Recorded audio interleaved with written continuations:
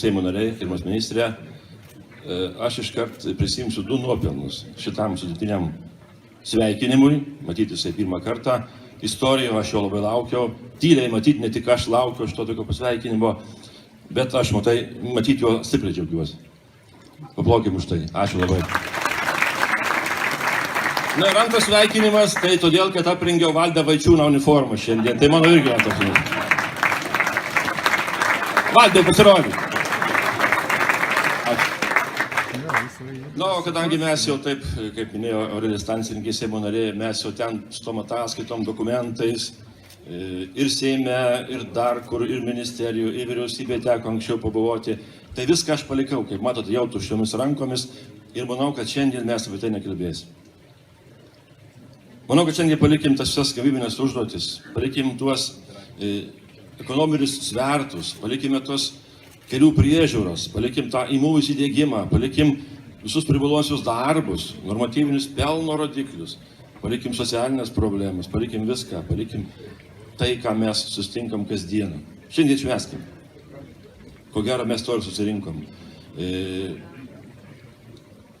Aš galiu konstatuoti, kad žingsnis po žingsnio mes suprantame jau, mes matome, ką iš miško paimame ir ką tam miškui reikia gražinti. Dėkoju visiems miškininkams už pasiaukojimą, už kasdienybę, už lūkesčius, kad jų profesija tampa kasdienybė, kad jie supranta, ką iš miško paėmė ir ką jam reikia gražinti.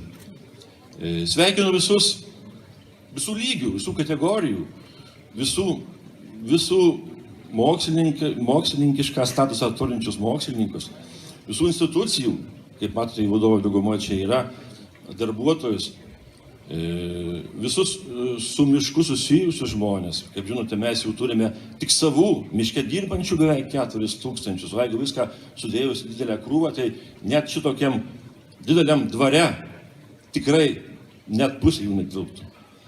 Aš sveikinu taip pat visus tuos, kurie bent kažkiek tai turi ryšio su mumis. Buvo minėta apie tai, kad yra mūsų perdirbėjai, buvo minėta privačių miškų savininkai, kitus nepaminėtų žmonės. Mes turim savo sistemoje nemažai miškininkų, pradedant visokiais informacikais, teisininkais, taip toliau. Būkite visi laimingi, gražiai pasipuošę, kaip šiandien su tom uniformom, kai kas jau minėjo. Na ir turiu 3 žodžius. Mano tokis lyg tai būtų kredo. Ir aš juos pabaigoju kažkur tai, kur man leidžia, aš tą pasakau. Mes dirbkime Lietuvai, Lietuvos miškams, Lietuvos žmonėms. Ačiū.